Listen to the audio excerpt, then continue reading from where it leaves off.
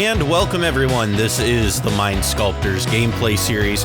I am your host Callahan, and we have a great game lined up for you all today. But before we get into it, just want to take a quick moment to thank everyone for joining us this week. If you like this episode or any of our other episodes, please make sure to like, subscribe, and comment down below. If you want access to our Discord server, as well as some extra content, make sure to head on over to our Patreon at patreon.com/themindsculptors, or check out the link in the description. Today we are going to be taking a look at 4 decks here that are going to be taken off. We are going to be seeing Ken Baumann from Stag to EDH. He's going to be playing Kirk the Thumbless in Sakashima of 1,000 Faces. The Heliod guy himself in Dr. Michael Levine is going to be playing Heliod Suncrowned. Cobblepott is going to be playing Timna Kodama, and Phoenix is going to be playing Najila. Joining me to talk about all this today is my good friend Spleenface. Spleen, how are you doing today? I'm doing well, thank you, and I'm definitely looking forward to this game. Yeah, this is a really interesting one. And I'm kind of excited to get to really show people out there this Kirk Sakashima deck, because I know a lot of people got excited about it when it was first came out. They were around Commander Legends time, and really just getting right into it. So what is Kirk in Sakashima really trying to do? So the idea with Kirk and Sakashima is that if you you want to. Krark says whenever you cast an instant sorcery spell, you flip a coin. If you win the flip, you copy the spell. If you lose the flip, return it to your hand. So one Krark, it's literally a double or nothing. But when you have multiple Krarks, essentially what happens is the more Krarks you have, the more likely it is that you're going to get at least some number of copies, and that the original spell is going to be returned to your hand. So it's sort of like having a pseudo buyback. So when you have 2 Krarks, like just Krark and Sakashima copying Krark, 1/4 of your spells are just returned to your hand. 50% of your spells are copied once and then returned to your hand. So it's basically like they had buyback 0. And then another 1/4 of your spells are actually tripled. So already that's pretty insane, right? Right. And then once you add on more and more and more, if you have 3 Krarks, then only 1 in 8 spells is returned to your hand, and then, 3 out of 8 are copied and returned to your hand, 3 out of 8 are copied twice and returned to your hand, and then 1 out of 8 is quadrupled. And so, the more Krarks you can stack up, essentially, the more copies you have on your spells, and the more likely it is that they're returned to your hand, which means you can just cast them again and again. So the idea is you use cards just like random rituals, like Rite of Flame and Desperate Ritual and Seething Song and all of those, and you just keep copying those. You can generate insane amounts of mana, and then you can use cards like Twin Flame and Heat Shimmer. And so those, what they do is they create a token copy of a card that has haste.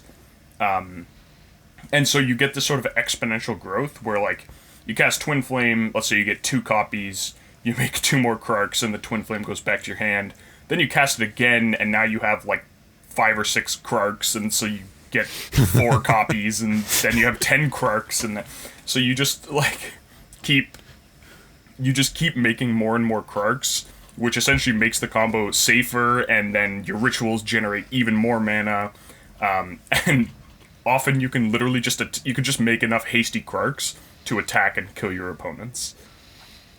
My goodness, this is probably one of the I think we talked about this, Cobble Pongo and I did in the set review. This is one of those decks that I don't know if it's the best deck in the format has to offer, obviously. But it's certainly one of the more interesting decks out there, for sure.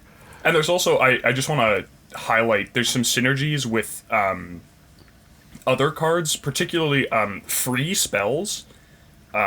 Essentially, you can just keep casting them. If you have, Fierce Guardianship, right? You can just keep casting it until until you get, the result you want, which is usually multiple Fierce Guardianships, like even with just one Krark. But then once you have 2 or 3 Krarks, you can actually essentially just keep casting it and it comes back to your hand for free. Storm cards like Flusterstorm, losing the flip. Unfortunately, there's no video. You can't see the heavy air quotes I put on losing the flip. Means that Flusterstorm is returned to your hand, but you still get a Storm trigger, and you still get all the Storm copies. So, it's certainly not exactly a loss. Right. And then there's some interesting things like cards that might exile a card. You cast it from your graveyard, and then if it would be put into the graveyard this turn, exile it.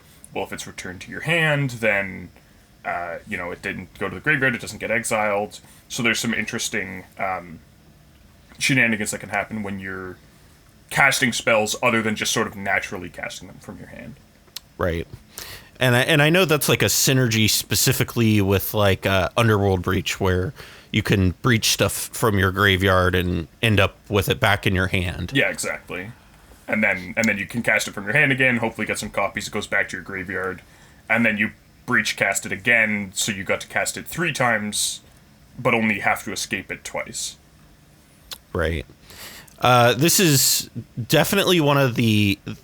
I can't say it enough. It is one of the most interesting decks that I've really ever seen in EDH. One of the things that I think is very interesting, I think we touched on this a few weeks ago, is Orvar the All-Form is in this list. And what does this add for the game plan overall?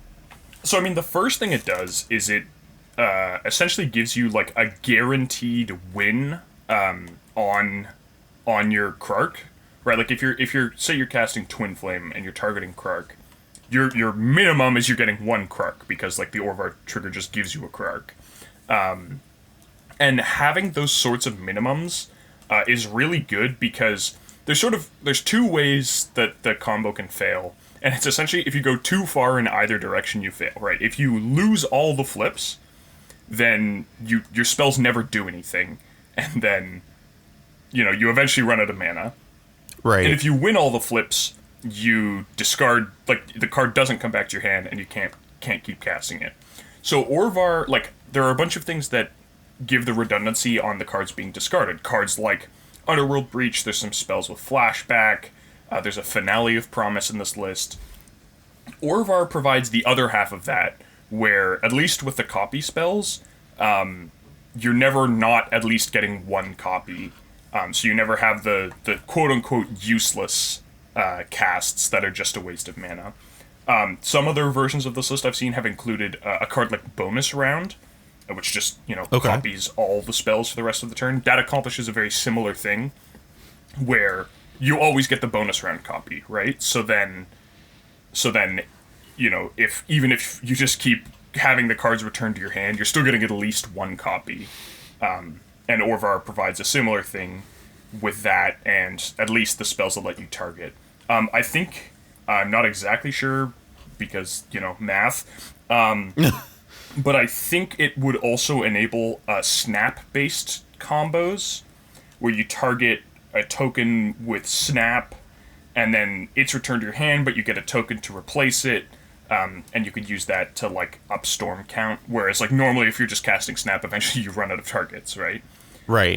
But Orvar would allow you to keep casting snap over and over again without running out of targets, because every time you cast it, you generate a new one, and it gives you the mana back, and et cetera, et cetera. Right. Well, it'll be certainly interesting to see exactly how this pans out for him. I know this is a deck that he has been very heavily advocating for and endorsing ever since these 2 cards got spoiled. So it'll be very interesting to see what Ken brings to the table with that. Moving on over to our other guest this week is Dr. Michael Levine. He's playing Heliod's Suncrowned. And this is a list that is kind of very famously attached to his name. So for those people who might not be familiar with it, What exactly is this? This is like the mono white deck that's like very viable in CEDH, right? Well, I think I'll throw the Tashar players a bone. I don't particularly like the deck, but it appears to be putting up results, at least in some places. Maybe we'll have to get a Tashar player on for an episode. But that would be really cool. So the idea is that Stacks historically has had a big issue in closing out the game, right? Like you have your Rule of Law, you have your Rest in Peace, you have like all this Aven Mind Sensor, and then you're just going like, okay, but I can't actually like kill my opponent. I'm just beating them down with like Stacks pieces. People put like Blood Pod as a deck. There was like the famous mid-range slot that like some people put in Tendershoot Dryad, some people put in like Inferno Titan, people tried Sire of Insanity, people tried Archon of Valor's Reach, and it's essentially like something big that actually lets you close out the game and usually like makes it hard for your opponents to win. So what Heliod gives you is he gives you a combo with either a Walking Ballista or Triskelion. And you may think like, okay, well, that's, great. Your commander combos with like 2 cards in the deck. And one of White's big issues is a lack of tutors, right? Like, people say White tutors artifacts and enchantments. It doesn't. They just printed Enlightened Tutor, right? Like, there's no other White card that really finds you artifacts. Right. And then, like, Idyllic Tutor is pretty underwhelming. But one thing White actually does... There's 2 things that White actually does find. One of them is equipment. And I believe this deck actually has, like, a small equipment package. There's a Mask of Memory and an Umezawa's Jite, and a Conqueror's Flail. But the other thing that White finds is it finds small creatures. Creatures with low CMC, creatures with low power and toughness. There's a bunch of cards. You've got your Recruiter of the Guard. You have Ranger of Eos and Ranger Captain of Eos. And then there's a couple artifact cards that let you tutor. I can never remember what it's called, but you can sacrifice an artifact and then it lets you tutor a construct. I'm not actually sure if it's... Scrapyard Recombiner. That's yeah. I was right behind you.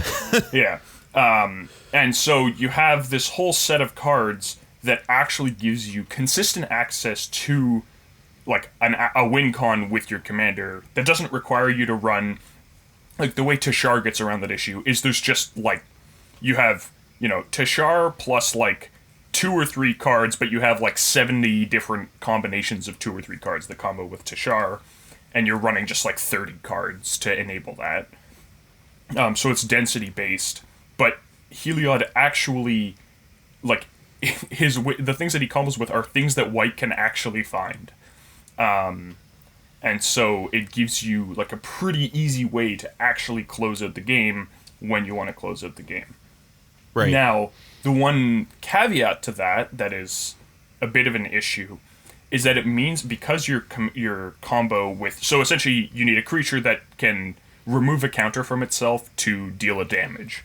And then you have Heliod, who says whenever you gain life, put a counter on something, and he can give things lifelink. So you give your Walking Ballista or Triskelion lifelink, and then you remove a counter, you deal 1 damage, you gain 1 life, you put a counter back on it, and you repeat for infinite damage. Rinse, repeat. The issue with that is that it's both an artifact and a creature, which does mean that this is a deck that can't support Curse Totem or Null Rod. Which is a little bit... or Damping Matrix, or, like, things that hate on activated abilities of either creatures or artifacts. So that's sort of the drawback to having this actually consistent way to close out the game. Now, Curse Totem is a card that its stocks have definitely gone down over the last year, I would say. Right. It used to be like a huge thing, people were playing Flash Hulk and people were playing Thrasios, and it was just like, all right, this is, this card's great. People can't activate their creature abilities, so they're not drawing the cards. It's a hurdle. Like Flash Hulk decks could win through it, but it was like, they had to do some weird workarounds and, Spellseeker and whatever. But now, with the advent of generally a Grixis-focused meta, it's not as big a deal, but this is a deck that I think in a lot of ways, like playing a stacks deck but not being able to play like a Null Rod or Stony Silence or Collector Roof is definitely unfortunate, especially, in a dockside world where you can you put out your Thalias and your Thorn of Amethyst and that sort of thing, and then someone just goes like, all right, dockside, make like 17 treasures and just combo off anyways. So what are tax effects? So we'll see if that sort of becomes an issue. But certainly the rule of laws are very strong against decks that are playing consult type win cons and Underworld Breach, and you definitely get to play those. So that's good. Right. What are some of the because we're in mono white, so you kind of have to find some unique cards to fill out your list. What are some of the cards in this list that people might not be familiar with or are a little bit different? Yeah, so one of the big things is that this deck is running a lot of Benevolent Bodyguard and similar effects, which is essentially they're running a bunch of ways to give your creatures or permanents protection from usually a color. And the reason for that is that you have two cards that combo with Heliod. They can be somewhat difficult to get back if they ever wind up going to the graveyard. And you're in white, so you don't have counter spells. The other thing is that when you're playing under a rule of law, even if you did have, you might think, why not just play like God's Willing, like an instant that does the same thing? Because when you're playing with rule of laws, you want to be able to cast your Walking Ballista and then protect it without having to cast another spell, because you won't be able to if you have like a rule of law type effect out. There's also some sort of spicy quote unquote stacks piece includes. We have Order of the Sacred Torch, which is one I'm a big fan of, and it's a 3-mana 2/2, and it has tap, pay 1 life to counter target black spell. Yeah, so you just get you get your consults, you get your ad nauseums. Even things like Demonic Tutor can be very good to counter. Right. Yeah, so the deck is playing Spirit of the Labyrinth as draw hate. So there's a bunch of creatures that, in many ways, perform the role that Instants would usually try and play. Like, they're not exactly spell shapers, but similar ideas. Because when you play Rule of Laws, you want to be able to use these effects through your own Rule of Law when you're trying to win. Right. We're also seeing a decent number of MDFCs in this list, and I would assume that is really after trying to be able to play as many spells as you can on curve and not flood out. Yeah, so the list is only running 27 actual lands, and then there's I think 4 of the flip lands in it. Three of the flip lands. One of the MDFCs is Radine. No, because there's Emiria's Call is not. That's an MBFC. That's right. Reason. That's right. So there's 4 flip lands, and yeah, that's just this. We are in mono white. The card pool is definitely a bit of an issue. So essentially, this is a bit of a nod to that of, okay, we have 27 lands. We're not worried about colors, which means that we can usually weave in a tapped land. Like when you're trying to cast spells with high color requirements, having tap lands is even worse because you have sort of 2 things that can make your lands not produce mana that turn, right? One is they're tapped, the other is they don't produce the right color. So if you're trying to cast, I don't know, you want to cast a Vampiric Tutor turn 1 and then a Thrasios turn 2. That means you need very specific your land that casts Thrasios, or that casts the Vampiric Tutor, has to also produce green or blue, so that you can then play the other one to cast Thrasios. Right. So that makes it really, really rough to play tap lands, because you might sort of run into an issue. If you're curving Thrasios into Tymna, like one of the lands that you use to cast Thrasios might not produce the colors to cast Tymna anyways, or something like that. But so then when you have a tap land, that becomes even harder. Right. But because this deck actually has incredibly low color requirements, it's on 21 artifacts, and there just aren't that many pips in the whole deck.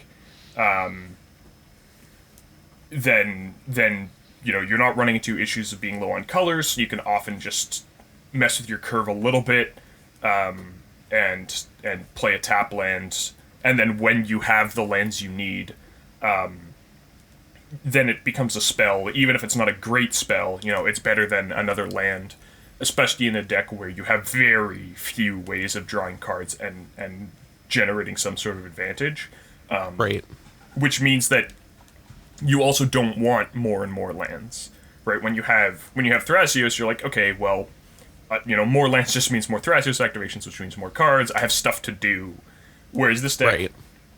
If you're only drawing one card a turn, and there's Emiria's Call is your 1/7 drop. You have 2 6 drops, and then, it's down from there. You really don't need more than 6 or 7 mana for any reason. So then having these lands that become spells means that you just have essentially 4 fewer lands in your deck once you hit the amount of mana that you want. Right. Well, this is a very interesting deck. I really like this list. It's one of the better monocolored lists out there. And it's had some success in the past. It's won a tournament or two, I believe, and gotten fairly far in a handful of them. So whether or not that's because Michael Levine is a good Magic player or not, who knows? But well, I mean, we know that he's a good Magic player. He is absolutely a good Magic player. But moving on to the Sculpty boys that are playing in this game, Cobblepott is going to be playing Tymna Kodama, and this is his fair junk list, is what he calls it. So we've got another Stacks deck at the table. Yeah. I noticed. I don't know that we've seen this one in a gameplay video before. I know we've had it on one episode. I know we recorded a gameplay video with it that I believe never saw the light of day. Yes. So the last time I saw this list, I don't think it was on the Razaketh Protean Hulk line, but it is now, which is definitely interesting. So what this is an Abzan Hate Bear Stacks deck. You have Tymna to draw cards. And then Kodama is actually incredibly strong through Rule of Law type effects, because essentially it lets you double up on your spells, right? You cast your one spell, you put out a permanent, and then you can put out another permanent, and it's like you cast 2 spells when everyone else is limited to 1. And then there's a few ways of getting even more Kodama triggers, like if you cheat out creatures somehow. I see he's on Fiend Artisan, right? So if you sacrifice a creature to Fiend Artisan, you go find another creature, then you get to put out another card from your hand, and so you've put 2 creatures, you've turned a Dork into a Hate Bear, and put out a creature, and you still haven't cast a spell, which means if you're under Rule of Law, you still have your spell for the turn. Right. Which is very, very strong. And then the way this deck wins is you try and reanimate Razaketh somehow, and then Razaketh trigger. I mean, you can just sort of try and set up a Razaketh-based win. But if you don't have that, you can. If you have Kodama out, Razaketh enters the battlefield. You have a Kodama trigger that lets you put out something that costs 8 or less. You sacrifice a creature. You go get Protean Hulk. You put Protean Hulk out for free, and then you can sacrifice it to Razaketh, and then assemble your win that way. Right. Some might say it's overkill, but I would say there's no kill like overkill. The other big thing with Kodama is that you can cheat out the reanimation enchantments, your Animate Deads and Necromancies and Dance of the Dead. Those work extremely well with Kodama because you don't ever have to cast them, right? You cast some 3-drop, like it could even be Timna, right? You cast Timna with Kodama out, and your opponents go like, well, I'm not going to counter Timna. And then Timna enters the battlefield, and you're like, all right, well, I guess I'll put out this Animate Dead on the Rezzeketh that's in my graveyard. It's like, well, I guess I can't counter that because you didn't cast anything. Right. And then the Animate Dead puts the Rezzeketh into play, which triggers Kodama again, and then you can assemble your win. So it's definitely got some spicy tricks. This one is in fact on it's on Collector Oof, so we're very light on artifacts. It's on Rule of Laws. It focuses on creature stacks effects because obviously if those are in the way of your Rezzeketh win, you can just sacrifice them to Rezzeketh, which is nice. But it is playing some of the non-creature ones as well. I believe this is Stony Silence and a Null Rod. So we're really going heavy anti-artifact here. Right. It'll be interesting. I think this, like the combination of this and the Heliod deck, will really give this Krark Sakashima deck a hard time. They're going to be attacking its mana. They're going to be like, that's a deck that really does need to cast more than one spell in a turn, right? You're trying to double up on rituals and then buy back your spells and cast them again. So this is potentially a little bit rough, but we'll see how these decks sort of interact. Right. Well, and the last deck at the table is one that we have seen plenty on this channel is Fenix playing his version of the Najeela experimental queen list, and his is this a little less experimental. Less experimental queen, excuse me. So this is a little bit more run of the mill, but he's still doing the ad nauseum, turbo ad nauseum plan. So we're all fairly familiar with this list, but I don't know that I'd say it's a turbo ad nauseum plan. He's very light on rituals and mana rocks. So I think it's just sort of I think this is pretty much a stock list. There's a couple sort of spicy tech choices, but I don't think it's on any unusual plans. There's no breach. There's no turbo Naz plan. Right. This is sort of the standard Najeela tempo idea. And what do you think about Mystic Reflection in the main board for this one? It's definitely cute with Najeela because you obviously you can turn a warrior into something else. Like if someone has a dockside, you cast the Mystic Reflection, and rather than having to cast say a mana dork to get a dockside, you just attack with Najeela and make a warrior, and that warrior is a dockside, which is obviously very strong. I think in I don't know how well I think that this is a card that people were very excited to play. It's definitely a cool card. I think a lot of the time it's gonna wind up being just like a a Darksteel mutation or a Canvas transformation type effect where you're using it to deny someone access to their commander in a way where they can't, when you just counter or kill it, it's oh well, they can just recast it. So I think it's kind of just going to be a removal spell with extra steps a lot of the time, but there are some theoretical ways that it could work out to also being a phantasmal image type effect. So I think it's sort of slightly worse as a removal spell than an actual removal spell, and it's slightly worse as a clone effect than an actual clone effect, but it's possible that the fact that it can switch between the two of those means that, that flexibility makes it arguably better.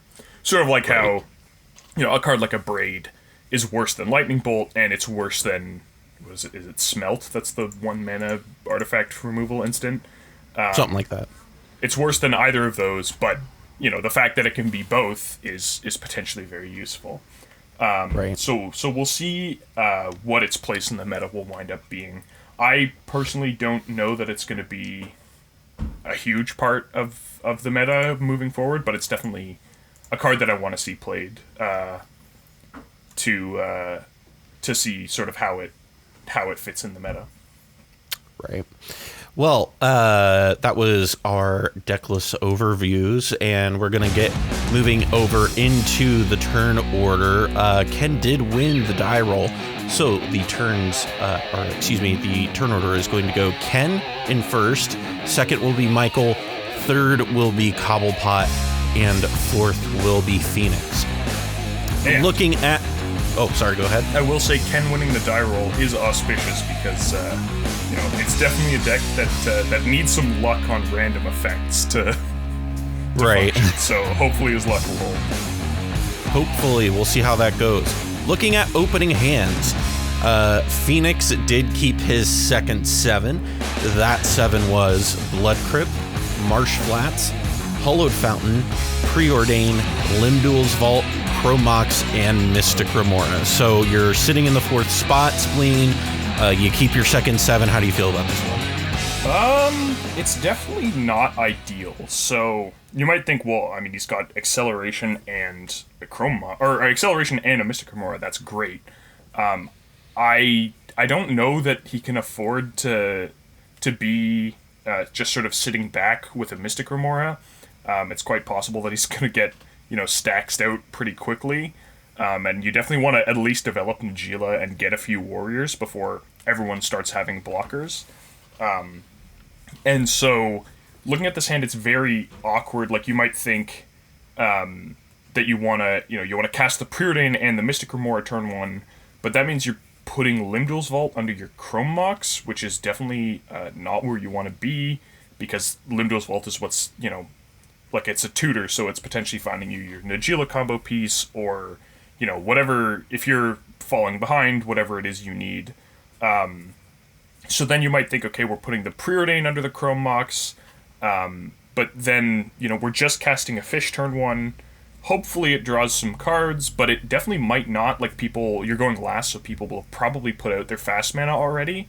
And then turn 2, you either have to pay for the fish or cast Najeela, because you can't do both unless you find more mana somehow. So it's definitely... It has the tools that it needs to succeed, but they're all, it sort of struggles to play them at the right times. It's possible we could see play the Chromox turn 1 and put the Preordain under it, and then cast Limduel's Vault and go for something like that, and then play Najeela turn 2 and just go for a late game fish. When you play fish and you have 4 mana, you can keep it around for many, many turns. And that might be sort of his plan. But it'll be interesting to see how he can, play these tools without sort of falling behind. Right. It also we will see. Doesn't have any. Sorry, go ahead. It also doesn't have any interaction, which means that if one of these decks is coming out really ahead of the pack, like someone has a really explosive start, Najeela's likely to be playing a little bit of police in that respect, but he doesn't really have a way to deal with, a super early win attempt. Right. Well, we will see exactly how it goes and how he draws as this game progresses. Going third is Cobblepott. He did keep his first 7. His 7 was a Scrubland, Verdant Catacombs, Serra Ascendant, Sylvan Library, Avacyn's Pilgrim, Stony Silence, and Deathrite Shaman. So you're sitting in third. You got a Serra Ascendant, Sylvan Library. What do you think about this one, Spleen? I think that this is not a pod where... Well, Serra Ascendant's a very interesting card in this pod because there's not a Naz deck for real. I mean, Najeela is playing Naz, but Najeela's definitely not a deck where, you put 12 damage on Najeela and you go like, okay, well, now they're definitely much less dangerous, because it's certainly not a Naz focus deck. So the sort of early pressure from Ascendant is not great. But the counterpoint is that this game could definitely go very, very long. And in that case, hitting over and over and over again with this Ascendant can definitely add up. So we'll see, I think playing it super early is definitely not what this, if this Ascendant is going to go the distance, then it's not because it's being played early and, you know, putting too much pressure on someone so they can't Naz. It's going to be because the game just gets completely locked up. And he does have the Stony Sounds to enable that, but I think what I'd like to see is him go for early mana. Probably the Deathrite Shaman, but potentially the Avacyn's Pilgrim. And then turn 2, he can cast, if he feels he needs to cast Stony Sounds, maybe because Ken has played a bunch of mana rocks and is developing his commanders, he can play the Stony Silence turn 2. Otherwise, he can play the second Dork and the Sylvan Library, and just get some card advantage online. Untap turn 3 with 5 mana, the option to play, say, Timna and Stony Silence, or the Pilgrim and Timna and whatever he drew. So that's definitely a line that I think in his position would be the one I was taking. Like, I don't think this is a pod where 6 or even 12 extra damage is what's going to make the difference in the short term. Right. Well, we'll see exactly how he takes this hand. There's certainly a variety of ways he can go there. Going second is Michael. He did keep his first 7. His first 7 was a Plains, Ancient Tomb, Weathered Wayfarer, Eidolon of Rhetoric, Thorn of Amethyst, Orin's Chant, and Recruiter of the Guard. So how do you feel about this one? It's pretty good. I think you might wish that there was like a little bit more acceleration. It has some stacks pieces in the form of the Eidolon of Rhetoric and Thorn of Amethyst. It has Recruiter of the Guard, which finds you your win condition, but currently it only really has 3 mana, and I guess he's looking at playing Weathered Wayfarer. He could play Weathered Wayfarer on turn 1, and then turn 2, I guess he probably plays Eidolon of Rhetoric. He could conceivably activate the Wayfarer, play it for some land, play the Ancient Tomb, and then play Thorn of Amethyst. That might be a pretty appealing line that gets the Thorn out turn 2, but you also found your land for turn 3. It's also possible he knows, and we'll cover Ken's hand in a bit, he knows that there was a mulligan to 6, which means he might be worried if he doesn't activate the Weathered Wayfarer on turn 2 and he wants to play out, say, the Eidolon of Rhetoric, then he might sort of run into the issue where if Ken stumbles on lands, then he actually can't activate the Wayfarer on turn 3 because you won't have an opponent who controls more lands than him.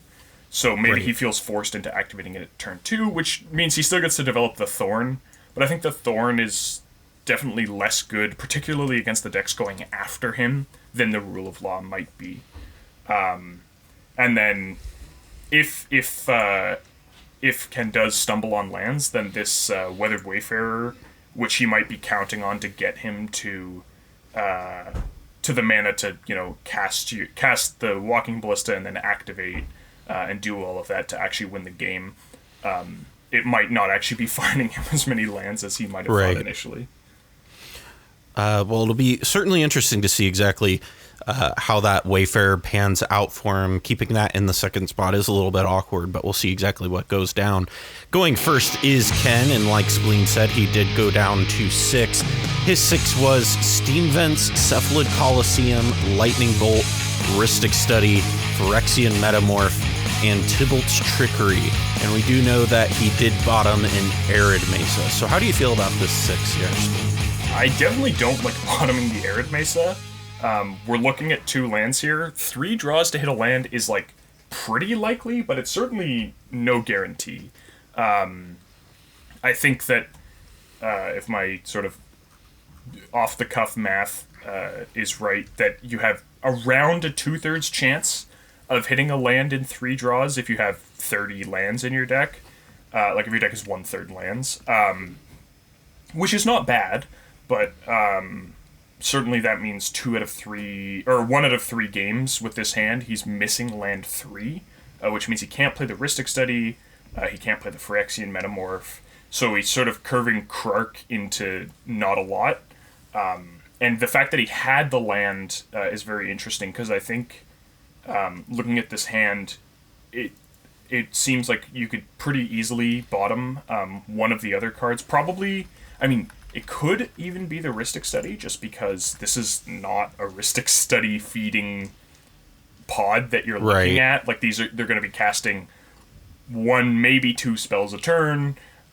There's probably going to be Rule of Law effects. Maybe he's hoping that there's going to be tax effects, which make it, like if someone plays a Rule of Law, you don't draw with Rhystic Study because everyone plays 1 spell and then they just pay for it. But when someone plays like a Thalia, maybe you do draw with Rhystic Study because they pay the Thalia tax, but they don't want to pay like the double tax type deal. So maybe he's hoping for that. This Lightning Bolt is interesting. I mean, obviously, Najeela's a lot of fun to Lightning Bolt. So is Tymna, but it could be that he's expecting like a Collector Roof or an Archon of Emeria or even a Thalia, something like that, from one of the 2 stack decks at the table, which is definitely not a crazy assumption. And he's thinking that this Lightning Bolt will at least let him deal with 1 stacks piece. Now, I think unfortunately for him, that might not work out as well as you might hope, because if we look at the other hands, we see that there's 3 stacks pieces between Michael and Cobblepott. There's a Thorn of Amethyst, which doesn't die to Lightning Bolt. There's an Eidolon of Rhetoric, which is a 1/4 and doesn't die to Lightning Bolt. And a Stony Silence, which, again, does not die to Lightning Bolt. So this might not be as useful as he was hoping. Yeah, we will see exactly how it all pans out. We're going to take a quick timeout, and we will be right back on the other side with the start of today's game.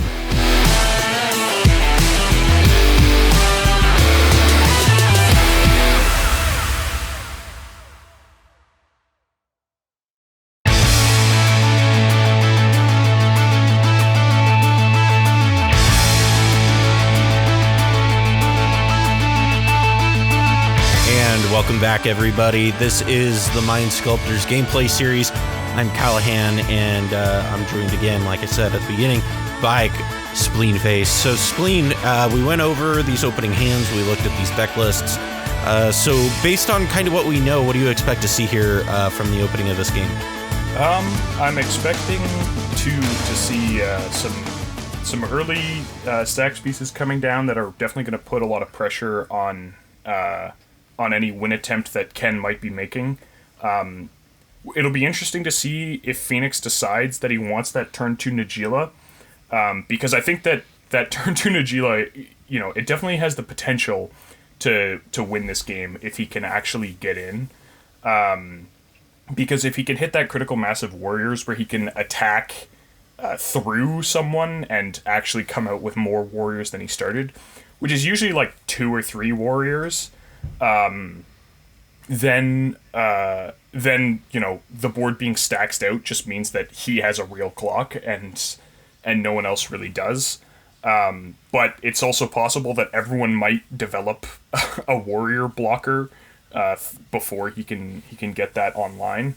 And if that's the case, then I definitely like Cobblepott's position. His Stony Silence means that Michael can't win. I mean, he can win with beats, but he can't combo.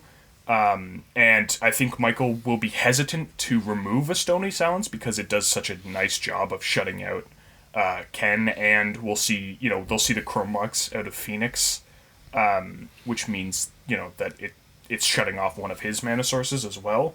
And so if the Najeela can't attack and the Stony Silence is good, then Cobble is the one with the most effective card advantage in the command zone in the form of Tymna.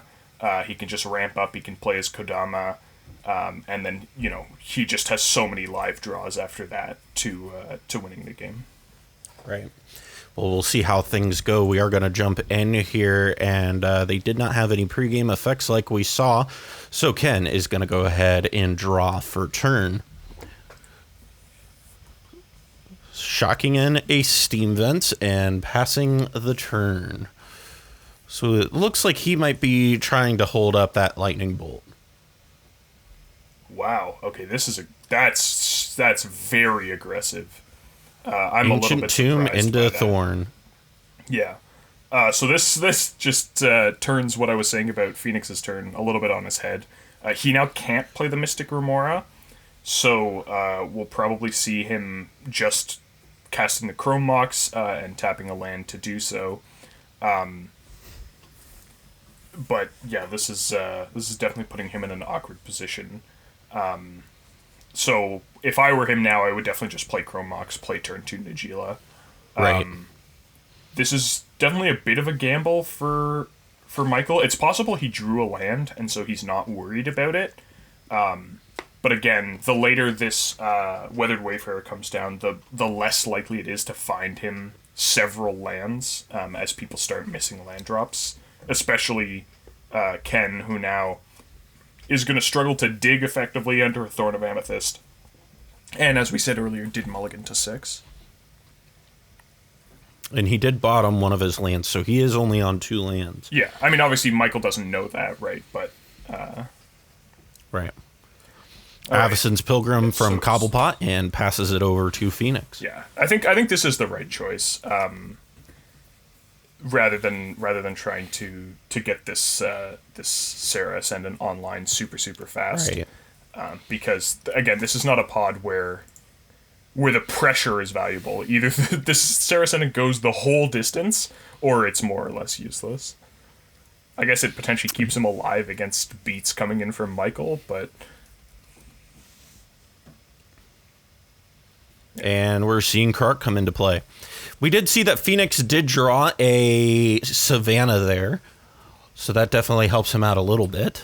Yeah, definitely sort of fixes any color issues he might have had. He can now play the Blood Crypt into Najeela.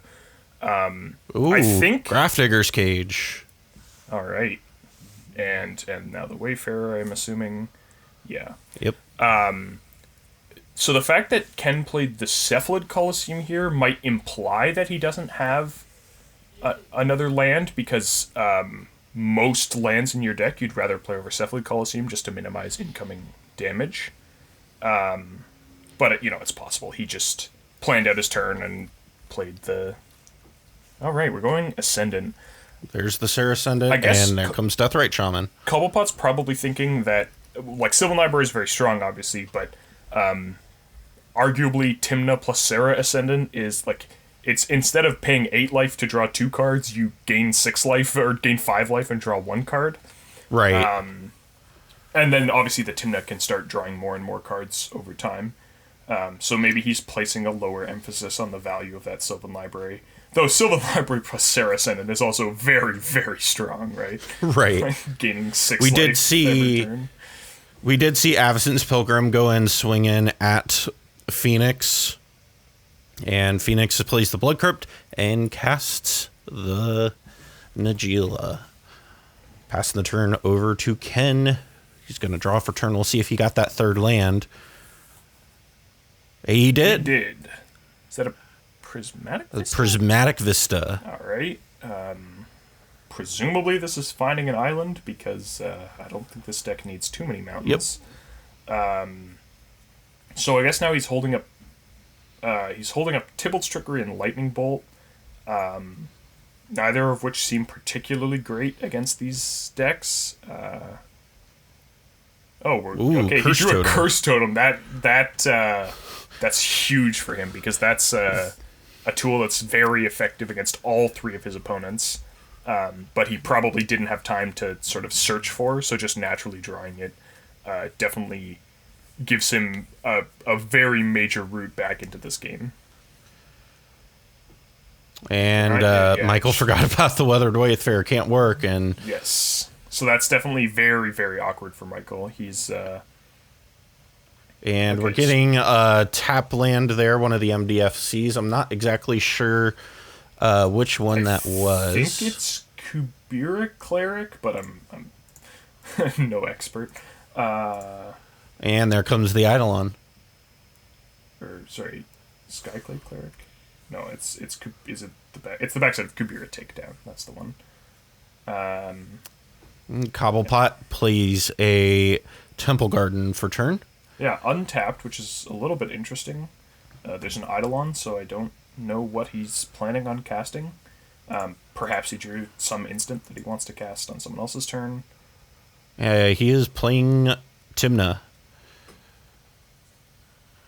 Yeah. And Sarah Ascendant at Phoenix.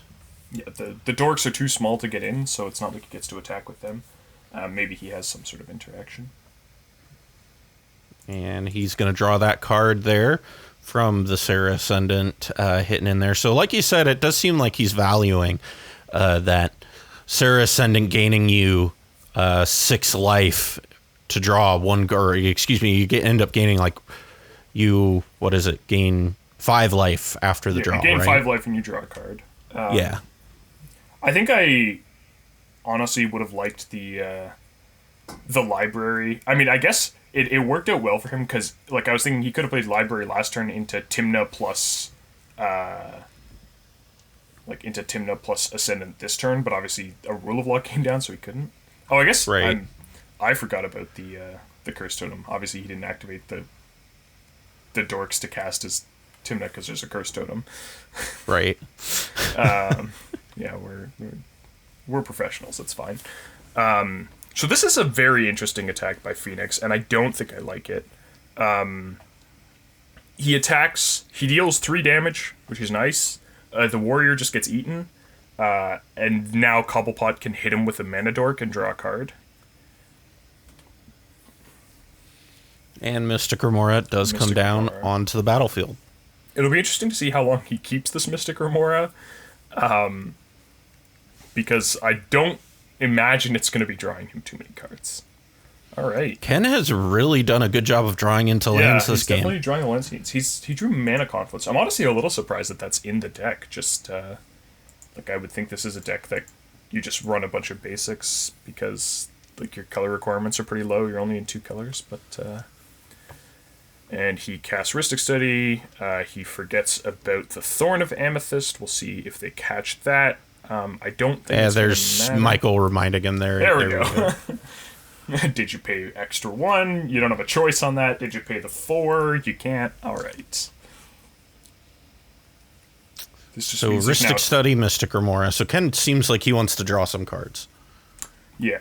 But again, like there's a Rule of Law, so I just don't see this drawing that many cards because people are so limited on what they can cast that there's not a huge incentive to... Right.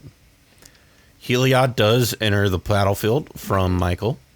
Yeah, it's not a creature yet. He does need a couple more Devotion to White to enable that. And looking at his hand, I'm not sure sort of what the timeline he's looking at for that will be. He does have that Recruiter of the Guard, but if I were him, I would definitely want to keep that a little close to the chest as long as possible. You don't want to make yourself look like a target. There we go. Tymna at Phoenix and Sarah Ascendant at Ken, and he's gonna gain 8 life, lose 2, and draw 2 cards. So he gains 6 life there and draws 2 cards. Seems all right. Yeah, it seems pretty good. All right, we're tapping out. We'll see what we get. Is this a Sylvan Library? No, it's a Linvala. All right, that's an interesting... It's interesting that he prioritized developing that. I guess he's thinking it gets him an extra Tymna draw again, because there's already a Curse Totem, right? And it's not like Ken's deck is going to be activating creature abilities. Right. So we'll see if he's just using that to draw cards with Tymna versus playing the Sylvan Library. I guess playing the Sylvan Library means that Phoenix is drawing a card rather than Ken, so maybe he was thinking, I have to feed someone, so might as well cast the bigger one. Maybe the fish will go away and I can pay for the Rhystic Study on the library. See exactly what Phoenix here has on his turn. Looks like he's tapping the Savannah. And so this is a Mana Dork potentially. Oh, 2 mana. Mana Crypt. Paying for Rhystic So he Study is paying for the Rhystic Study. Huh. That's an interesting choice. I don't know what he's hoping to use the mana crypt to cast.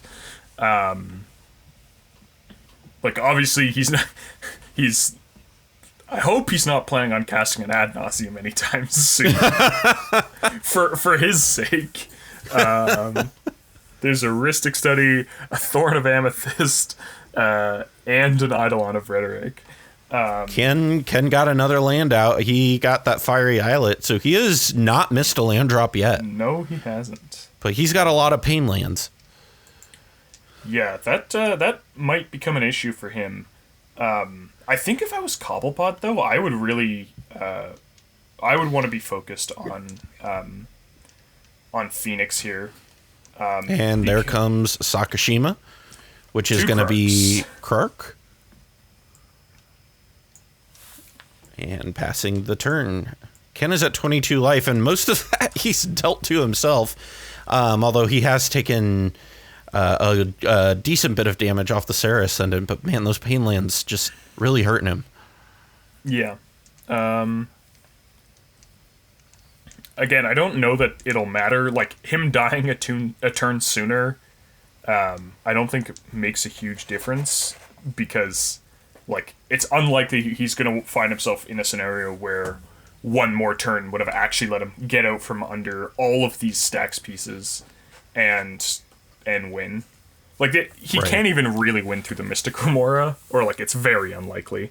So then he's looking at least 3 spells that he needs to remove. Probably 4 if Cobble puts down some other stacks piece, which, he very well might. He has that Stony Silence. Luckily for Ken, his mana's not artifact reliant right now. But we'll see where attacks start going, and who these stacks players think is the bigger threat. It's also conceivable that Cobble might want to put damage on Michael.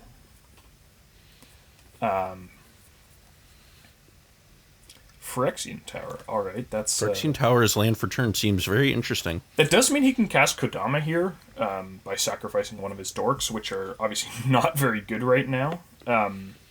Hopefully he at least attacks first and sees what he drew. I think Phoenix also realized his mistake last turn with the Najeela attack, because after he got hit by Tymna and Cobble drew a card, he held the Najeela back. I honestly wouldn't have minded Cobblepott sending the Tymna at Phoenix. I don't know that Phoenix is interested in trading here. He is very much so prioritizing Ken here, trying to pressure his life total. And there we do see the Kodama. Yep. And he's not paying for the Rhystic Study, so Ken is going to draw a card. And he passes the turn.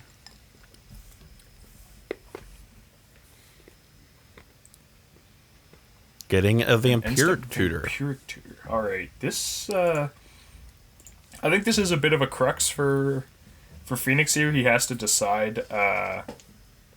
He has to decide exactly what he's getting here. Is he, like, he could potentially be going for something like a Cyclonic Rift. I need to check his deck list and see if that's in there.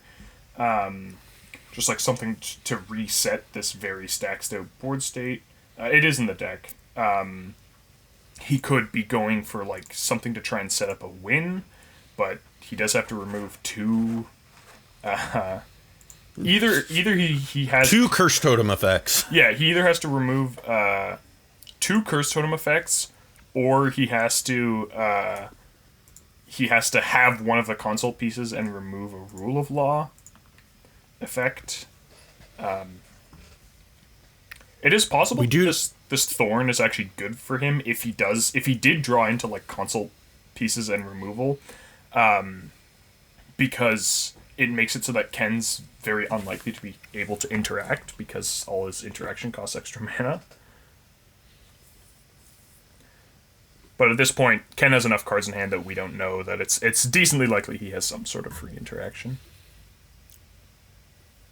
And we'll see if he does take 3 from the Crypt. Yeah. But I think chip damage is not hugely consequential here, just because, like, Cobble and Michael are both probably going to be hitting, they're going to be hitting parts where they're dishing out like 10 or more damage in a turn cycle. And so whether or not you took 3, it might affect the clock by 1 turn, but it's not, it's the not thing like we do have to 3 remember, though, is Phoenix and Cobblepott do have tremendously unlucky crypt rolls. Yes, that is true. I mean, it's possible that Cobblepot's thinking, all right, so 8 turns, I can kill Ken and Michael, and Phoenix will die to his crypt, and perfect. I will tell you, I have seen Phoenix die to his crypt so many times playing with him throughout the years. And Cobble, just in the last few weeks, I've seen him die to crypt at least twice. All right, so I think this looks like a Cyclonic Rift to me. He's passing with 8 mana open. And there's obviously the Thorn of Amethyst, so that's how much you need to cast Cyclonic Rift. Right. So it's possible if he actually either naturally drew into the Cyclonic Rift or drew into... Oh, he does still have a Limdual's Vault. Yeah, he still has Limdual's Vault in his hand. That's the only card left. Looking at this, I'm trying to figure out if he has the mana to Cyclonic Rift and then still win on his next turn. It looks like he does, because he overloads the Cyclonic Rift, he upkeep Limdual's Vaults for... not Natural Order. I was going to say Natural Order gets you there. Nature's Will, Nature's right. Will. Yeah, I was like, yeah. Which one is that again? Something with an N as the first word, right? Yeah. Like it is was that a nature something. Phyrexian Metamorph? I think that is a Phyrexian Metamorph. I haven't seen. I didn't recognize the art, but yeah. Yeah. So we've got 3 Krarks. That is a lot of Krarks. That is so many Krarks. All right. Yeah, so we'll see how this goes. 3 is definitely, I think, like a critical... 3 is a critical mass where, like, you now 3/4 of the time you get, like, the good outcome where you get at least 1 copy of the spell and it goes back to your hand. Whereas with 2, it's a 50-50 on that being the outcome. So we'll see... I mean, obviously, he just can't cast that many spells through... There's a Rule Law, there's a Thorn. But it's possible he could start... For example, he could just go for, like, an end step, even something like an Opt, right? A card like that, or like a Brainstorm, could potentially start digging him very, very far. Recruiter of the Guard from Michael. Recruiter of the Guard. He did just Bazaar away a Grim Monolith, and I forget what the other 2. I think Orm's Chant might have been in that. Not entirely I mean, sure. that was in his hand earlier, so it certainly makes sense if that's what he binned. So this is an interesting moment for Michael. I wonder if he's sniffed out the Cyclonic Rift. Right. And so he's sort of thinking, all right, well, I'll just get free value for my Recruiter of the Guard, right? I'll search, it'll be returned to my hand. It'll be interesting. I could actually see a world where he doesn't even go for his win condition here. He might be getting some good. If he doesn't go for a win condition here, I think we can conclude that he's sniffed out the Cyclonic Rift. And he does seem to be taking his time considering. Potentially he's looking for an answer to Linvala if he has something, but I don't know that he does. That's a creature. I think the Cyclonic Rift is definitely resolving, assuming that's what Phoenix has. It's definitely resolving, because I think Ken's looking at this board and going like, okay, if I counter Cyclonic Rift, I'm dead in 2 turns, and I'm not winning, right? Right. But I think that the Tybalt's Trickery, depending on what's in Phoenix's hand, the Tybalt's Trickery might be good enough to stop a potential win. He does have an answer for Linvala. Or, excuse me, that's Skyclave Apparition. Yeah, so I think his plan is he's going to get Cyclonic Rifted, he's going to develop what he can, Cobblepot's going to play Linvala, he's going to Skyclave Apparition it, and then he can use the Recruiter to find his Walking Ballista and go for a win 2 or 3 turns from now. Right. And he's passing the turn over to Cobblepott. Cobblepot's going to untap there. And we'll see what he draws and can do. And he does have a live Kodama. So we'll see. I really hope he gets to put 2 lands into play here. I mean, yeah, I guess he probably has them because he's certainly been drawing a good number of cards. Right. Play a land. There we go. Oh, does he get to put 3 lands into play? Oh, gosh. 2.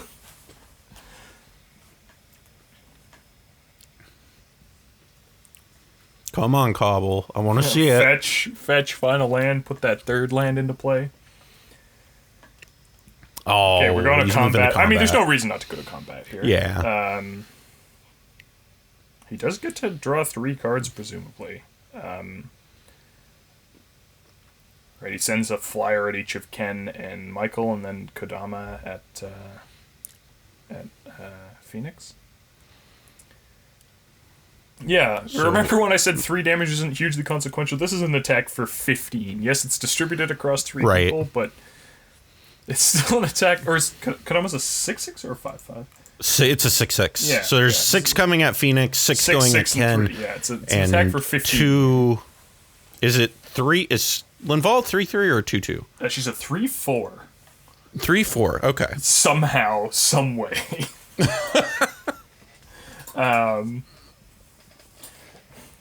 Yeah, they definitely didn't shy away from putting good stats on. It's like Iona is like a 7/7 for some reason. It's like you just completely lock out your opponent, and also it's a 7/7. Could have been like a 3/3, for 9.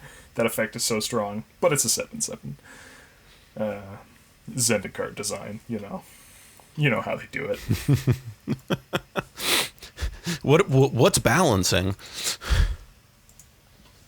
Well, I mean, I guess if you think about it, they all get returned to your hand by Jace the Mind Sculptor anyway, so it doesn't matter how big they are. So there it is. Land, another land. Land, do we get another land, Cobble? Point at the Kodama, come on, Cobble.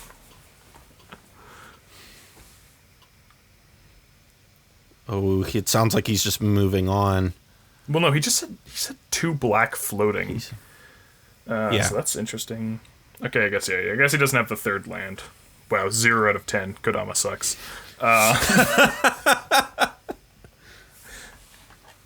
Alright, this is a lot of mana. Archon of Valor's Reach. Alright, I hope Phoenix realizes that this is a replacement effect and not a trigger, and that he definitely has to respond if he wants to Cyclonic Rift the board. Yeah, and then and Michael is pointing that out as you gotta psych now or hold your peace. And he has to Cyclonic Rift now. Like this game is so locked up if this resumes. Right. Yeah. And here comes overloaded Cyclonic Rift. So yeah, I think that makes it pretty clear that Michael. I mean I don't think you were listening at it. Maybe Phoenix actually said it, but I don't think he did. But yeah, Michael clearly picked up as to what.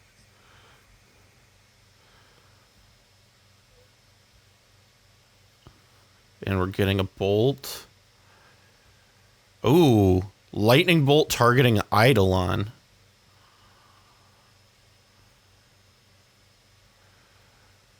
Interesting. Ken is going to get the... I might have targeted the Najeela here. Because it feels like Najeela just kills you on Phoenix's turn, right? Oh well, we do have Kirk triggers. Excuse me.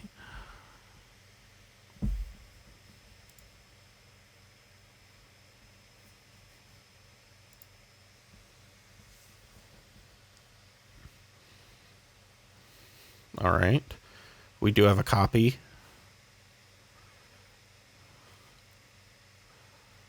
So there's 3 more triggers left.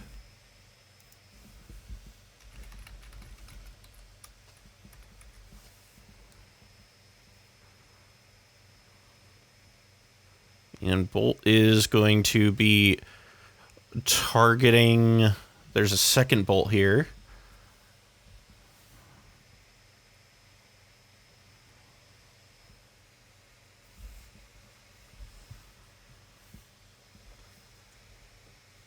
And it looks like all of that is going to resolve. So here we go.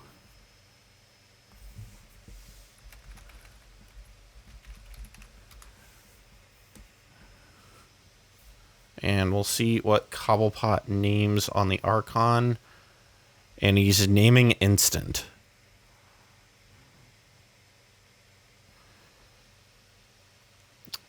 And we'll see exactly what's going on. Sarah said it does come back down for Cobblepott. So Cobblepott's still got a pretty big board. So we'll see exactly how this ends up panning out here for him. He's going to pay himself for 1. We'll see what he plays out. And he's putting Utopia Sprawl on his forest. And he's naming white for his Utopia Sprawl.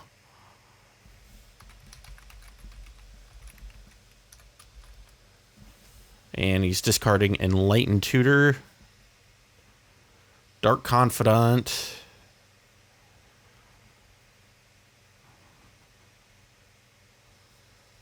and one more card to go into the graveyard here.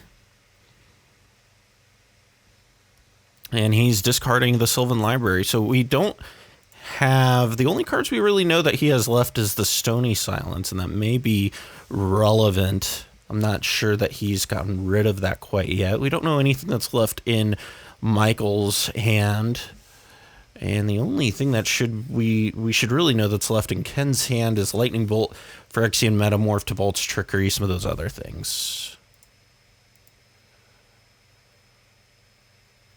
So we'll see exactly how this all pans out.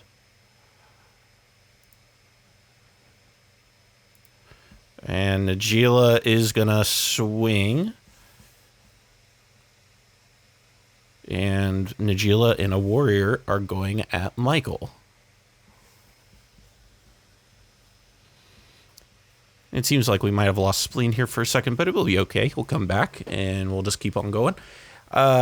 Second main phase, we'll see exactly what Phoenix does. It looks like he actually might be activating Najila here. And he might just be knocking Ken out of the game.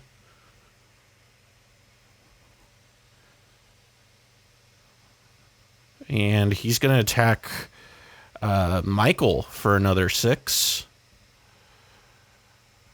So there you go. He's pressuring Michael's life total. And this is certainly going in an interesting direction for the people at the top of the board. So Ken is going to go to his turn. Unfortunately, he can't really use a lot of the mana that he has in his he has access to.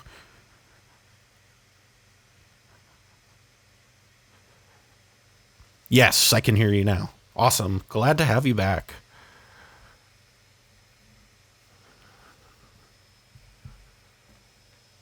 Interesting. Well, we've got you back, and I'm not sure how much you missed there or not, but we did see Phoenix deal, I believe it was 10 damage to Michael, so he's pressuring the top 2 players' life totals.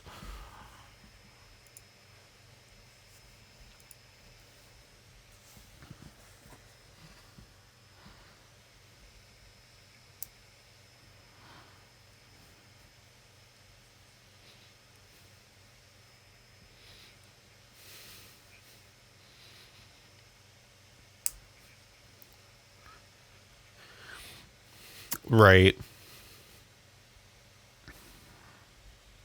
Cursed Totem. Yeah, and I'm not entirely sure.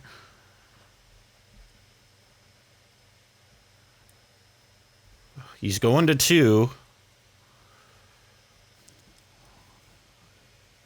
Playing Burgi, so we'll see exactly how that helps him here. He's going to be discarding some amount of cards. And I think he's going to be discarding that Lightning Bolt and Tybalt's Trippery that's in his hand.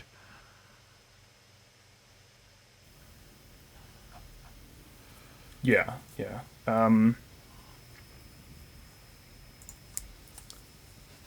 I think that these decks that he's facing are so heavily permanent based that countering a spell and just letting them sort of flip into they just flip into some other random hate piece.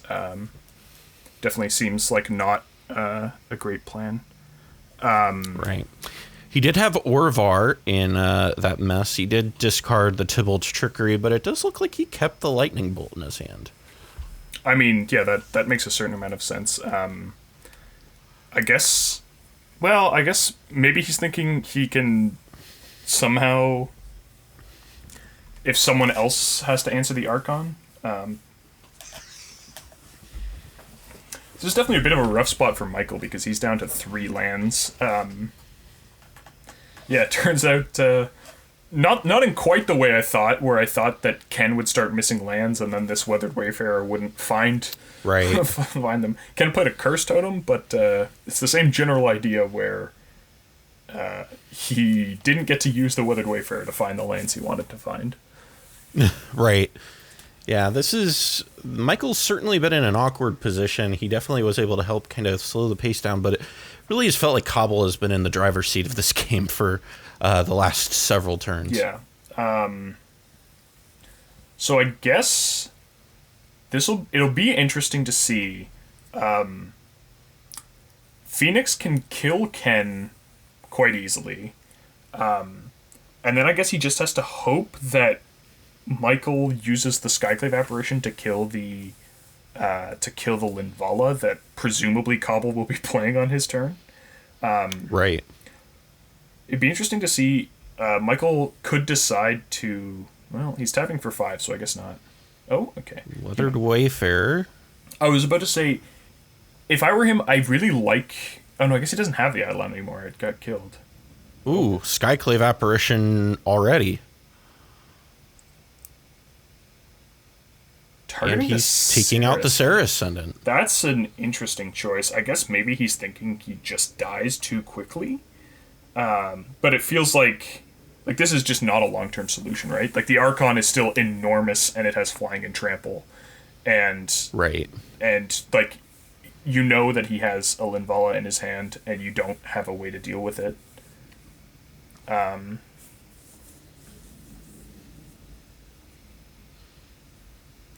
Yeah, I think see this is... what Cobble does here on his turn. Do you think he's gonna replay the Kodama here on this turn? Probably.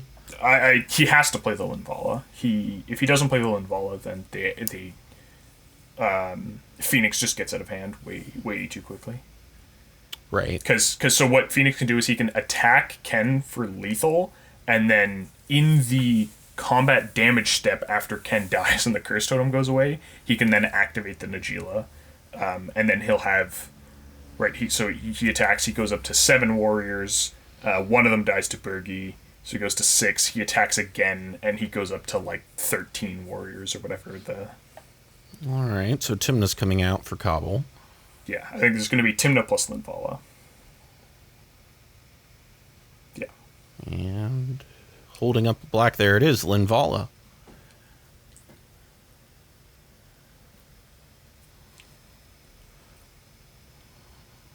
And he is attacking Michael for 5. Jesus, that has vigilance too. I didn't even realize that. It's a 5/6 flying vigilance trample. That is ridiculous. It's large and in charge, that's for sure. And there's a Flooded Strand as land for turn from Cobblepott. And that's that old Judge promo too. Yeah. I guess Phoenix is just praying for Gilded Drake here, because that's that's one of the only answers. I remember back in the Flash Hulk meta, I was talking about playing Archon with someone, and we basically realized that the only way that most Flash Hulk decks could deal with it was exactly Gilded Drake it and then sacrifice it to Diabolic Intent. If they wanted to get it out of play, that was all they could do. That seems less than ideal. Yeah, no, it's especially because you can't cast instant speed tutors to find those pieces. Your diabolic intent, or your Gilded Drake, you just have to sort of naturally draw into them or use the few sorcery speed tutors you have. right? Let's see what Cobble's got here. Stony Silence. I mean, I guess it's just using mana efficiently, because it really doesn't seem particularly relevant on this board. You take Phoenix off a few mana, but he has enough mana anyways. There's one of Phoenix's lucky die rolls. I guess this plays around Derevi? No, it doesn't even play around Derevi. So, if Phoenix has a combo piece, he does just win here, but it's definitely a bit of an if. Well, not with the Linvala. Oh, yeah, not with the Linvala and the Curse. True. So he is gonna go to combat. We'll see. This is actually... This might come down to a very tight race.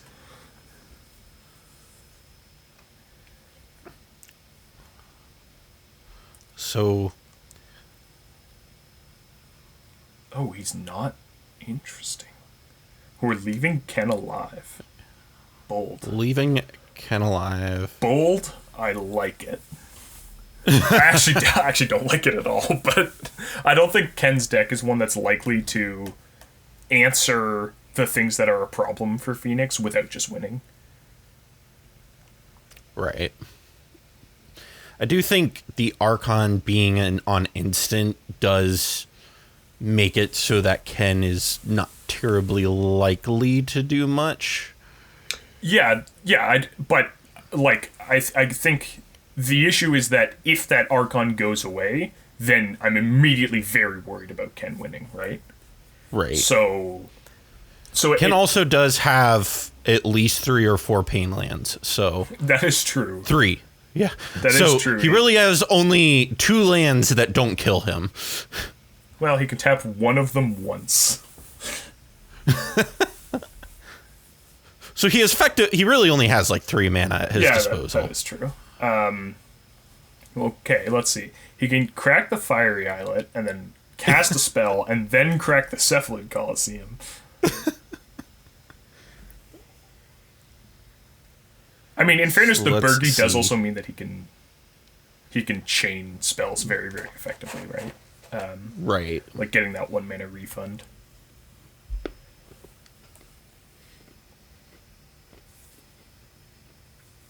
But yeah, We'll see. Ken's kind of evaluating the situation here. I could see him sort of coming to the conclusion he's not allowed to cast that. Uh-oh. Isn't that a sorcery? No. I don't think so. Oh, there it is. He did catch it.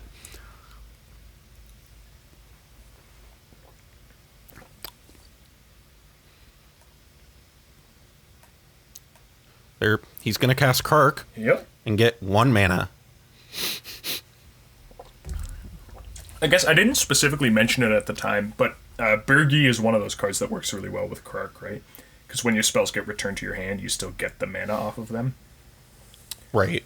So, like, it turns losing the flips into being a lot less bad. Like, just to, you have Gitaxian Probe and Kark and Bergie, and you're just casting Probe, and it's returned to your hand. You make mana, and...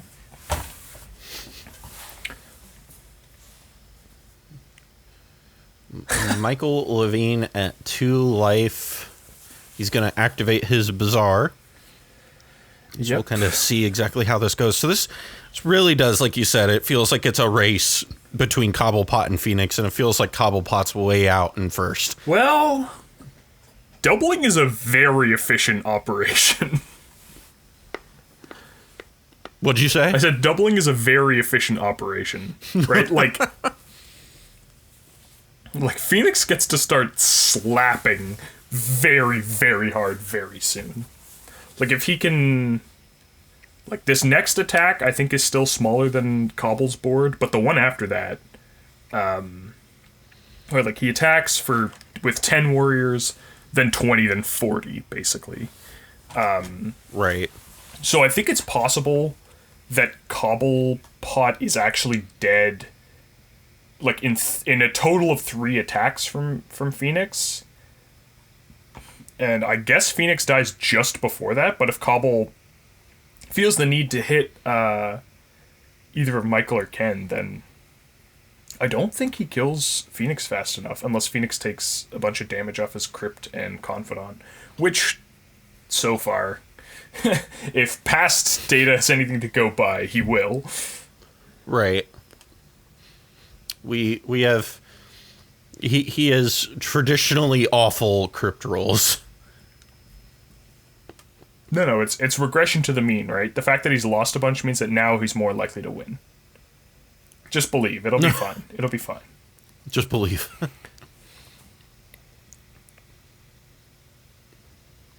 Paying 3. Getting Recruiter of the Guard. Okay. Problem is he only has 1 mana left now, because he cannot... Yeah, Ancient Tomb doesn't tap for mana. Bit of a problem.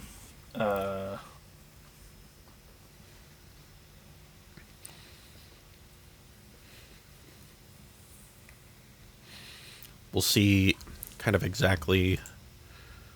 Yeah, it's Michael's... I don't know if you can hear him or not, but he's saying yeah, I said it's a really bad situation for everyone. I wholeheartedly disagree. I think this is a great situation for Cobblepott.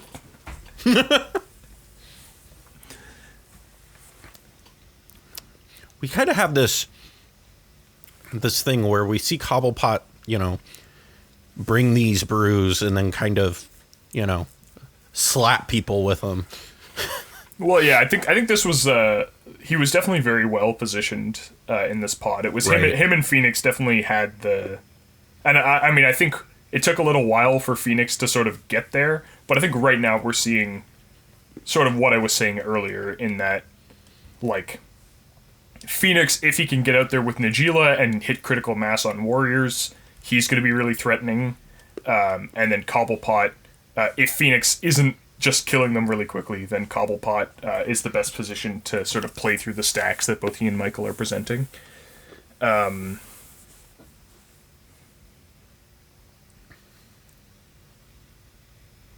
so he's going to play the Alisade, and it seems like he's just trying to stop the bleeding. Well, I mean, he's just dead if Cobble wants him dead, but it's possible right. If Cobble is doing the math, he might realize the sooner he kills Fenix, Fenix is the only one who's presenting like a realistic path to killing him here, and so if he kills Fenix, it's not like anyone's somehow unlocked.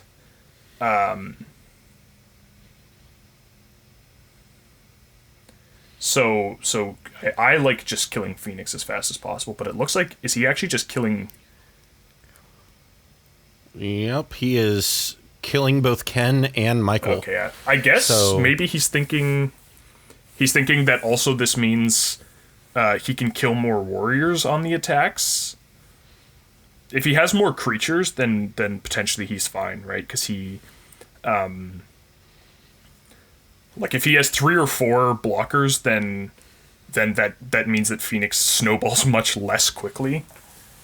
Right.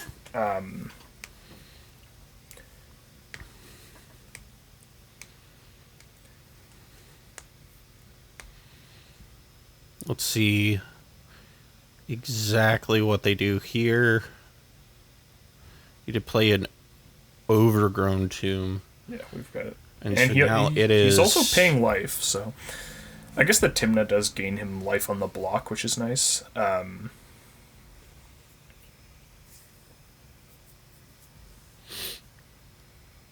let's see, he's gonna pay for 5, 6.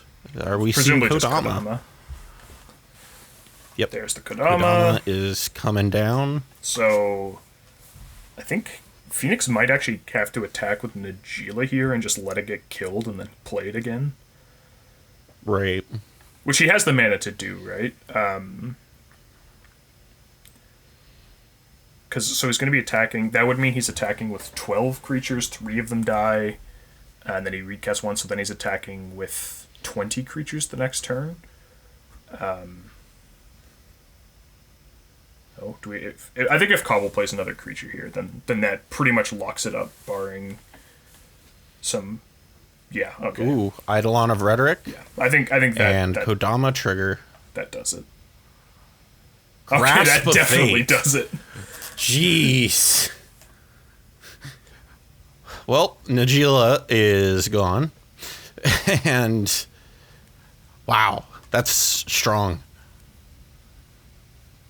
That's an interesting inclusion in this deck. I didn't notice that when we were going through it, but I guess it just provides it provides a lot of plausible deniability. You can play this big removal spell and then also cheat out something that's more of a win con, or the other way around. You can play Timna and cheat out this big removal spell. Right. I guess it makes sense to have a lot of your effects just be on permanents. This is kind of like the epitome of this fair magic, right? Is this permanent based, kind of interaction and stacks sort of thing. I also noticed that after the stacks game I played against this deck, he's added an Oran Frostfang to his list.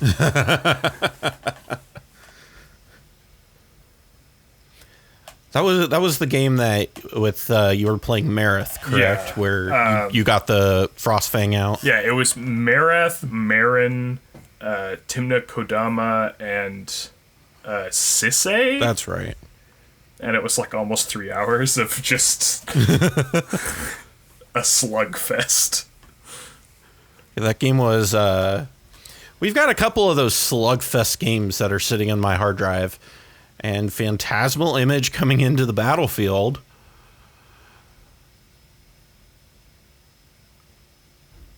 He's making a copy of Archon. I mean, I guess it keeps him alive, right?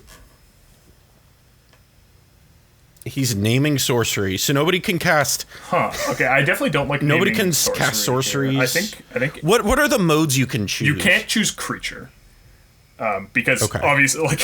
obviously that would just be an incredibly unfun, right? Like you're new to Magic. You show up to the Battle Bond 2-headed giant pre-release, and then your opponents get like a slight board state advantage. And then one of your opponents removes your biggest creature, and then the other one plays a thing that says you can't play creatures, and then you just die. So that doesn't instant sound sorcery, artifact, enchantment, planeswalker, I believe are the Planeswalker. things you can Okay. name. So we will kind of see. Helps Phoenix out a little bit, but Cobble still can just cheat his permanents into play, and the nice thing is that he's got most of his base or deck is permanents. Yeah, and unfortunately for Phoenix, he's one warrior short on being able to attack through. Oh no, he's not. He has the right number. All right. There's a rule of law. We'll see what we get off of that. Jesus. Hey, there's Warren Canada's. You can cast one spell. Doesn't matter what type. You are getting one spell. So now Cobble has 6 blockers.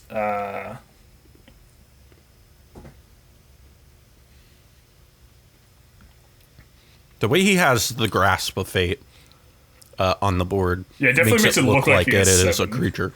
All right. Phoenix having some luck here, not taking damage from either of his upkeep effects. That doesn't happen very often. Yeah.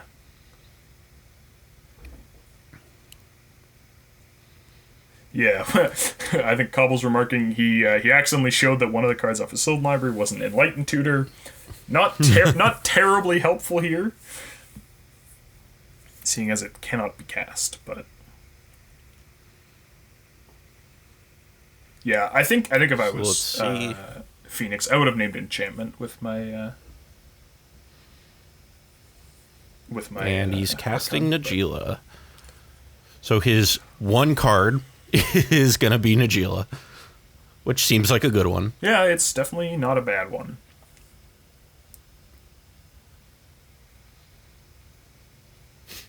So, yeah, he can't really attack. Yeah. He needs a way to get, like, one of these blockers out of the way, and then his warriors trade evenly. Where, like, he attacks and gets 5 more warriors, 5 warriors get killed.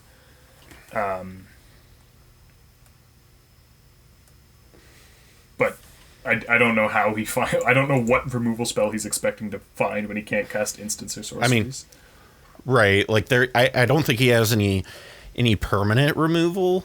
I mean, I guess he has a Gilded Drake. That's the closest thing, but that doesn't really help. I guess he could if he Gilded Drake. I mean, if he Gilded Drakes the Archon. Oh my goodness. Or a Shards. Oh boy. Yeah. I think Phoenix made a big mistake in not naming enchantment.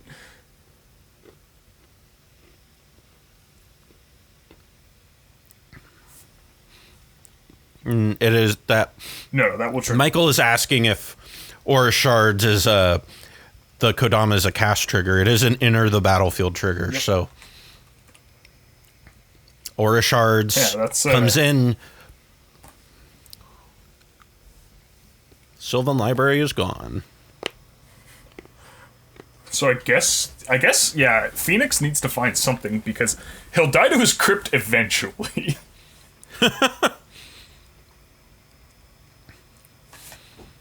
Somehow he's not dying to it right now, but like you said, eventually he will.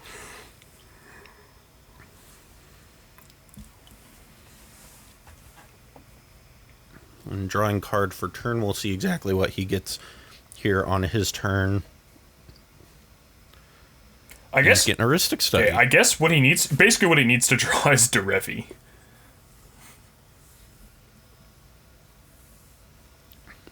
Can he even get there? No, he can't. He can't win with it, but he can. It lets him profitably attack. If you go Derevi, tap down the Archon. Yeah, no. See, this doesn't work because he's losing more warriors than he's creating. So he's got 10 warriors attacking. And Cobble can block theoretically up to 7 of them. No, he's going to block 6 of them and put him down to 4. And gain 2 life off of Timna, so he loses a net of 2. I actually think not blocking with Llanowar Elves was wrong.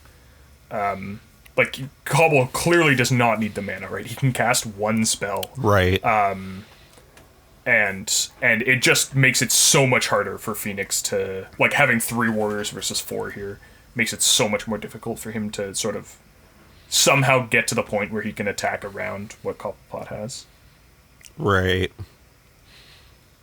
We will see what happens on Cobble's turn here.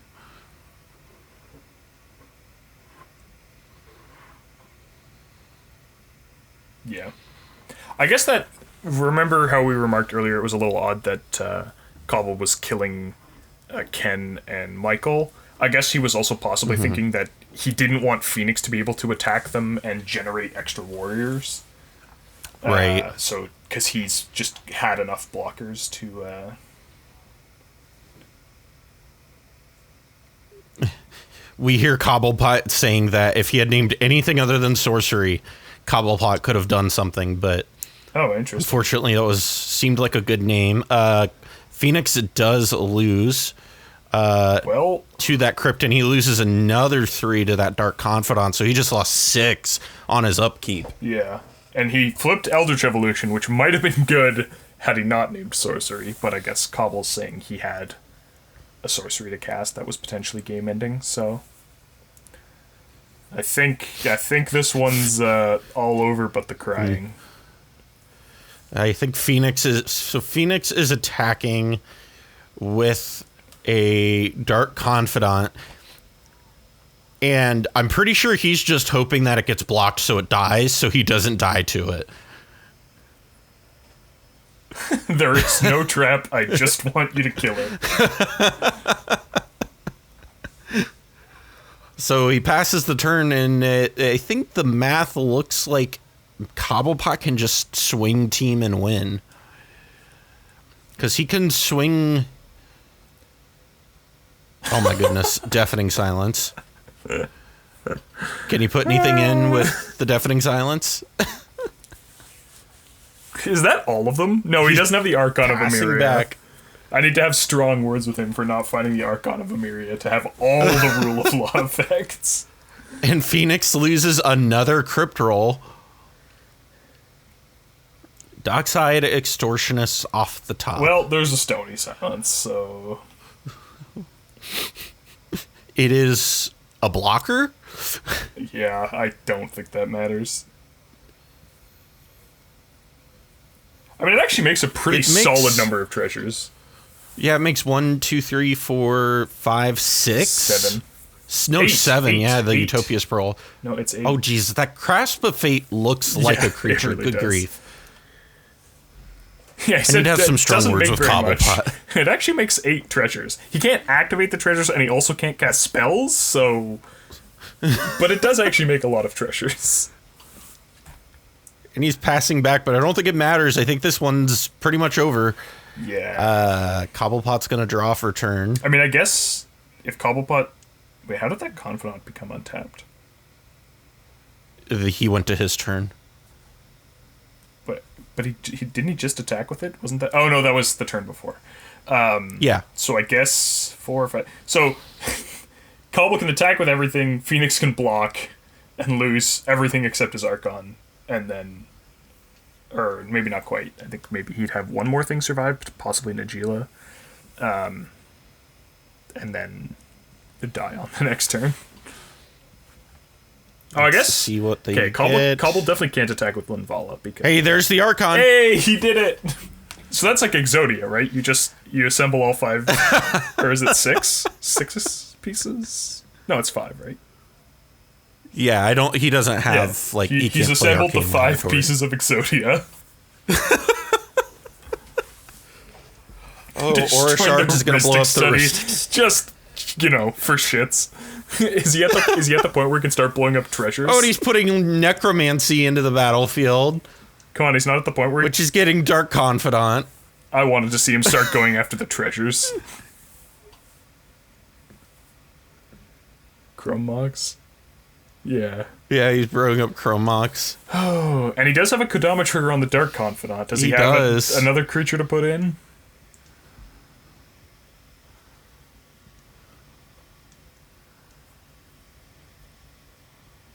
Yeah, so he is representing the win now. He just passes the turn. Yep. But so it looks like Fair Junk is going to take this one home. And I think they're just kind of discussing, the math involved in that Fenix doesn't really have any outs here. Am I very or extremely dead? Hey, he didn't take damage, so he's not going to explicitly die. So he tops a brainstorm, which will put him to 4. Not what you wanted to see here. I mean... It could have been worse. It could have been Adnaz, and he could have just straight up died. I think the only card that buys him a turn is Gilded Drake.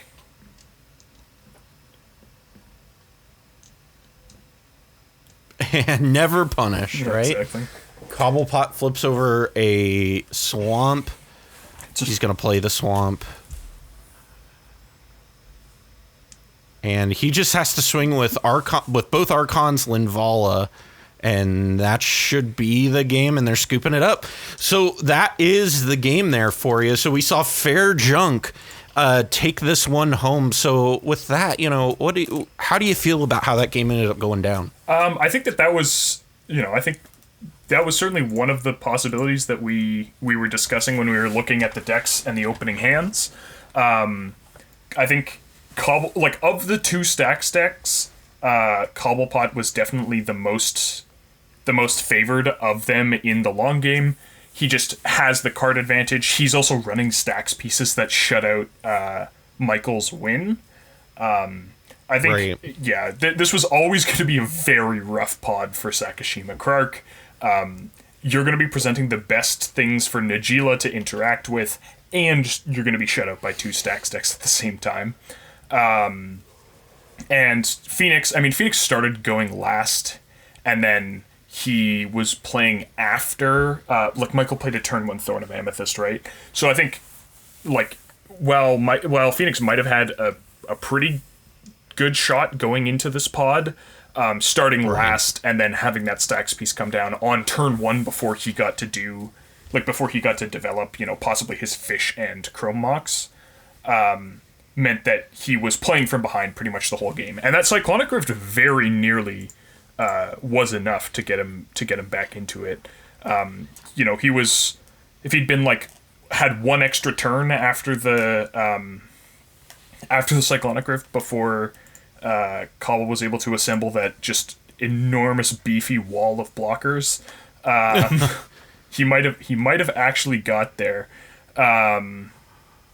So we'll see. So we saw, that it was a possibility, but he was playing from behind, which is often what happens when you start going last. So I don't think this was a particularly surprising outcome of this game, though obviously it was a bit of a funny one with 2 Archons and 5 Rule of Laws. Right. Well, that about wraps things up for us here today. Just a quick reminder that you can follow us on Twitter over at SculptyBoys, or you can find a direct link to it in our link tree in the description. I want to also give an extra thanks to all of our patrons who keep the lights on. If you too would like to become a patron, you can head on over to patreon.com/themindsculptors or check out the link in the description. Thank you again for joining us, and thank you, Spleen, for joining me here in the booth today. It was a pleasure as always. Yes, thank you. I always have a good time with these. Get to watch some great gameplay and just talk about it. It's definitely yeah, for sure. Yeah, well, thank you again for jumping in the booth with me, and from all of us here at the Mind Sculptors, I'm Callahan, and we'll see you next time.